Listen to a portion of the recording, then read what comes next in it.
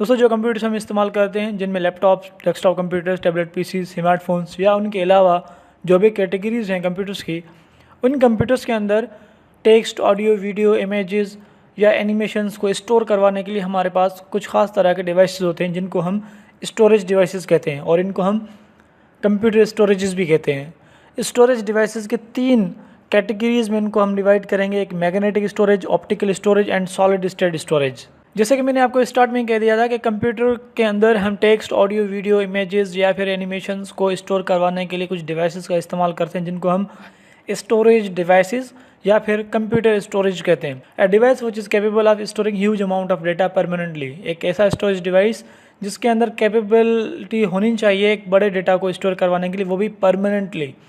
यहाँ पर 2 टर्म्स को आपने अच्छे से समझना है, storage and memory.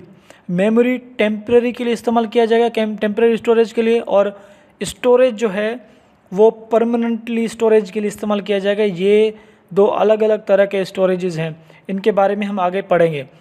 Storage devices are also called secondary और ऑक्सिलरी मेमोरी। इनको सेकेंडरी एंड ऑक्सिलरी मेमोरी कहते हैं क्योंकि फर्स्ट आपका जो स्टोरेज है, प्राइमरी स्टोरेज, वो आपके पास रैम है, जो कि हम इसको मेमोरी या फिर हम टेम्परेरी मेमोरी भी कह सकते हैं। अच्छा, उसके बाद इसको हम मास स्टोरेज डिवाइस भी कहते हैं क्योंकि इसके अंदर बहुत बड़ा डेटा हम सेव कर सकते हैं, टेराबाइट्स और पेटाबाइट्स के अंदर। अब टेराबाइट्स और पेटाबाइट्स क्या हैं? ये मेमोरी के यूनिट्स हैं। नेक्स्ट लेक्चर में हम मेमोरी के यूनिट्स पढ़ेंगे जिसके अंदर आपको क्लियर हो जाएगा कि टेराबाइट यानी कि टीबी एंड पेटाबाइट यानी कि पीबी, ये किसको कहते हैं। आपका जो कंप्यूटर है वो विदाउट स्टोरेज डिवाइसेस चल सकता है, काम कर सकता है, अगर उसके अंदर processing device, memory, input and output devices हैं तो।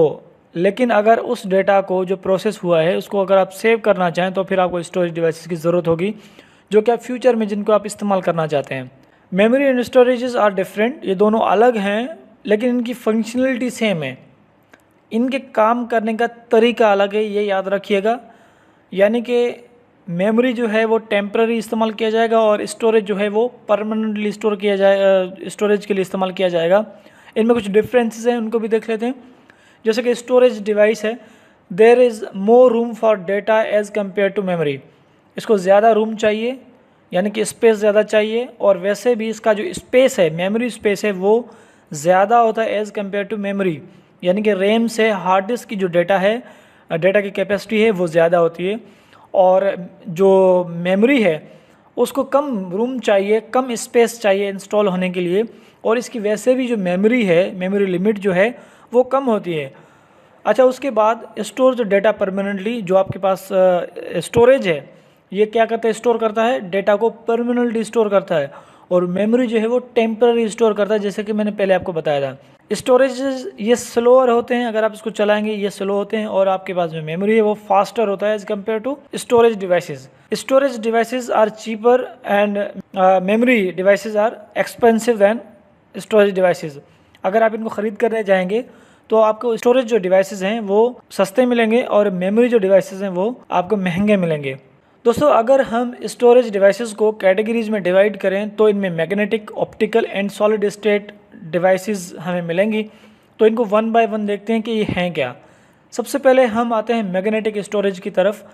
इमेजेस देखकर ही आपको पता चल गया होगा कि अभी मैं आपको क्या बताने वाला हूं। तो आइए थोड़ा डेफिनेशन को भी देख लेते हैं और इनके स्ट्रक्चर को भी देख लेते हैं कि कौन कौन सी चीज़ें इसके अंदर इंक्लूडेड हैं। मैग्नेटिक स्टोरेज के अगर आप डेफिनेशन को अगर आप पढ़ेंगे तो इसमें डेटा को स्टोर एंड रीड करवाने के लिए इलेक्ट्रोमैग्नेट का इस्तेमाल किया जाता है, और इनके अंदर एक डिस्क लगा हुआ होता है जिसके ऊपर हम अपने डेटा को स्टोर करवाते हैं।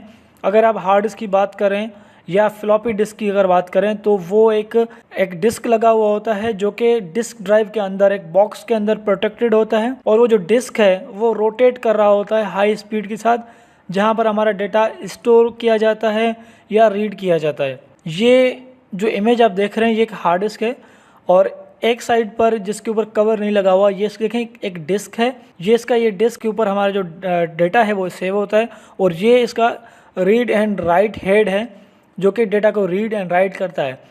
एक चीज़ याद रखिएगा, जो मैं टर्म यहाँ पर यूज़ कर रहा हूँ रीड एंड राइट, रीड का मतलब होगा जो डेटा इसके अंदर मौजूद है उसको चलाना, उसको डिस्प्ले करवाना, उसको लेकर आना, और राइट का मतलब होगा इसके अंदर स्टोर करवाना या इसमें से कुछ डिलीट करवाना, ये दो काम यानी कि इंसर्ट एंड डिलीशन या फिर अपडेशन, ये आपके राइट वाले कैटेगरी के अंदर आएंगे। और रीड जो है इसमें से डेटा को फेच करवाना, इसको हम कहेंगे। और एक हार्ड डिस्क के अंदर डिफरेंट आपके पास डिस्क लगे हुए होते हैं और हर डिस्क को रीड करने के लिए अलग अलग से रीड एंड राइट हेड लगे हुए होते हैं।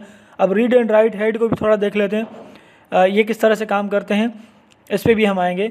रीड एंड राइट हेड क्या होता है, इसका काम ये होता है कि उस सरफेस पर, उस डिस्क के सरफेस पर जितने भी मैग्नेटिक डॉट्स होते हैं, यानी कि एक डिस्क के ऊपर मिलियंस ऑफ मैग्नेटिक डॉट्स होते हैं और हर एक डॉट एक बिट का डेटा जो है अपने पास स्टोर करवाता है।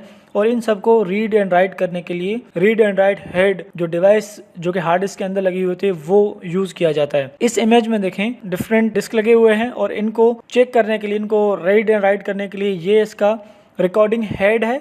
ये यहाँ से ये रिकॉर्डिंग हेड है जो कि इसको रिकॉर्ड भी करता है और यहाँ से ही ये रीड भी कर रहा होता है।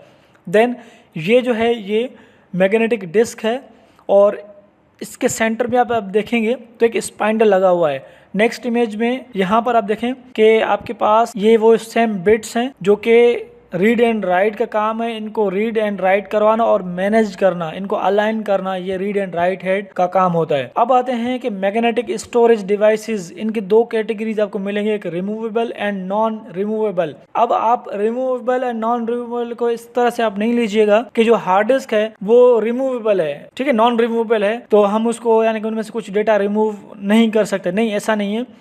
इसमें सिस्टम यूनिट के अंदर जो इंस्टॉल्ड है, यानी कि जो आपका परमानेंट मेमोरी इसके अंदर इंस्टॉल्ड है, उसको हम कभी निकालते नहीं हैं। हाँ, कभी अगर चेंज करना होता है तब हम उसमें निकाल लेते हैं। अदरवाइज जो फ्लॉपी डिस्क है, फ्लॉपी डिस्क हम हमेशा यूज़ करने के टाइम पर लगा देते हैं, उसके बाद हम निकाल के रख देते हैं। हमारे पास अगर 3-4 फ्लॉपी डिस्क हैं, पहले एक लगा लिया तो दूसरा हम नहीं लगा सकते जब तक आप पहले को आप निकाल ना लें, फिर दूसरे को आप वहाँ पर इंसर्ट करेंगे। तो ये रिमूवेबल हैं, उसको आप निकाल सकते हैं। देन मैग्नेटिक टेप्स जो हैं, कैसेट के टेप या वीसीआर के जो टेप हैं, वो भी आप इस तरह से इस्तेमाल करते हैं। अब ये देखें कुछ इमेजेस यहाँ आपके साथ में शेयर कर रहा हूँ। ये एक हार्ड डिस्क है और इसका ये इंटीरियर साइड तरह से पिछले एक इमेज के अंदर हम ये देख कर आए थे। अब ये है एक फ्लॉपी डिस्क ड्राइव और ये फ्लॉपी डिस्क है जो कि पहले इस्तेमाल किया जाता था, अब इसका इस्तेमाल नहीं होता। और ये है एक वीसीआर, पहले ज़माने में इस वीसीआर का इस्तेमाल किया जाता है और ये इसका टेप है जो कि मैग्नेटिक स्टोरेज की कैटेगरी में आता है। देन उसके बाद टेप आपने इस्तेमाल किया होगा और ये टेप का जो है वो एक कैसेट है। इस कैसेट के अंदर इस पट्टी के ऊपर आपका पूरा डेटा स्टोर होता है और इसका ये रिकॉर्डर भी होता है और इसको प्लेयर भी, यही एक टेप ही होता है जो इसको चला रहा था। टेप के आपके पास टाइप्स आपको मिलेंगी, अगर आप मार्केट में चेक करेंगे तो आपको अभी भी कहीं कहीं पर ये टेप आपको मिलेंगे और वीसीआर भी आपको कहीं कहीं पर अभी भी मिलेंगे। दोस्तों, कंप्यूटर स्टोरेज के अंदर जो सेकंड कैटेगरी है वो है ऑप्टिकल स्टोरेजेस। ऑप्टिकल स्टोरेज, अब ये देखें इमेज आप देख रहे हैं और आपको पता चल गया हो गया कि हम CD एंड DVDs के बारे में पढ़ने वाले हैं, तो ये ऑप्टिकल स्टोरेजेस के अंदर आते हैं। ऑप्टिकल स्टोरेजेस के अंदर लेज़र लाइट का इस्तेमाल किया जाता है जब भी डेटा को सेव करना होता है या डेटा को रीड करना होता है। ये जो डिवाइसेस हैं, यानी कि ये जो डिस्क हैं, ये प्लास्टिक मटेरियल के बने हुए होते हैं और ये भी वही सेम एक सेंटर पर हाई स्पीड से रोटेट कर रहे होते हैं और वहां पर इस पे डेटा रीड एंड राइट किया जाता है। अगर आप इनके कुछ कॉमन टाइप्स पे अगर जाएं तो आपको CD मिलेंगे यानी compact disc, digital video disc यानी कि DVD, high definition DVDs, HD DVDs जिसको हम कहते हैं, देन ब्लू रे डिस्क। ये इस तरह की कुछ कैटेगरीज हैं जो कि आपको ऑप्टिकल स्टोरेज के अंदर आपको मिलेंगी। ऑप्टिकल स्टोरेज डिवाइसेस के अगर स्ट्रक्चर को हम देखें तो इसके अंदर 4 तरह की लेयर्स होती हैं। सबसे पहला लेबल लेयर होता है, देन उसके बाद एक प्रोटेक्शन लेयर होता है, लास्ट में भी एक प्रोटेक्शन लेयर होता है और सेंटर में एक डेटा लेयर होता है। सबसे पहले लेयर 1 को देखते हैं जो लेयर A है। लेयर A में क्या होता है कि हम कुछ इंस्ट्रक्शंस लिखते हैं, उसके ऊपर लेबल लगाते हैं ताकि हमें पता चल सके कि ये जो डिस्क हम इस्तेमाल करने वाले हैं ये किस चीज़ के लिए है। मिसाल के तौर पर मेरे पास एक डिस्क है जिसमें मैंने कुछ इमेजेस राइट किए हुए हैं, यानी कि उसके अंदर मैंने इंसर्ट की हुई हैं, और दूसरे पे मैंने कुछ डॉक्यूमेंट्स मैंने जिसके अंदर इंसर्ट की हुई हैं यानी कि राइट की हुई हैं। तो उनके ऊपर अगर मैं लेबल लगा दूंगा, वहाँ पर पेन से लिखूंगा या कोई इमेज लगा दूंगा, तो वहाँ से मुझे पता चल सकेगा कि इमेजेस कौन से डिस्क में है और डॉक्यूमेंट्स किस डिस्क के अंदर हैं। यानी कि हम कंप्यूटर में लगाने से पहले ही पता लगा सकते हैं कि ये डिस्क किस चीज़ के लिए इस्तेमाल किया जाएगा, कौन सी चीज़ इसके अंदर है। देन प्रोटेक्शन लेयर ऊपर से और नीचे से, ये दोनों आपके डेटा लेयर को प्रोटेक्ट कर रही होती हैं और डेटा लेयर के अंदर आपका मुकम्मल डेटा होता है। दोस्तों ऑप्टिकल स्टोरेज डिवाइसेस के अंदर एक डेटा लेयर होता है जो कि हम प्रीवियस स्लाइड के अंदर पढ़ के आए हैं। अब इस डेटा लेयर के अंदर पिट्स एंड लैंड्स होती हैं।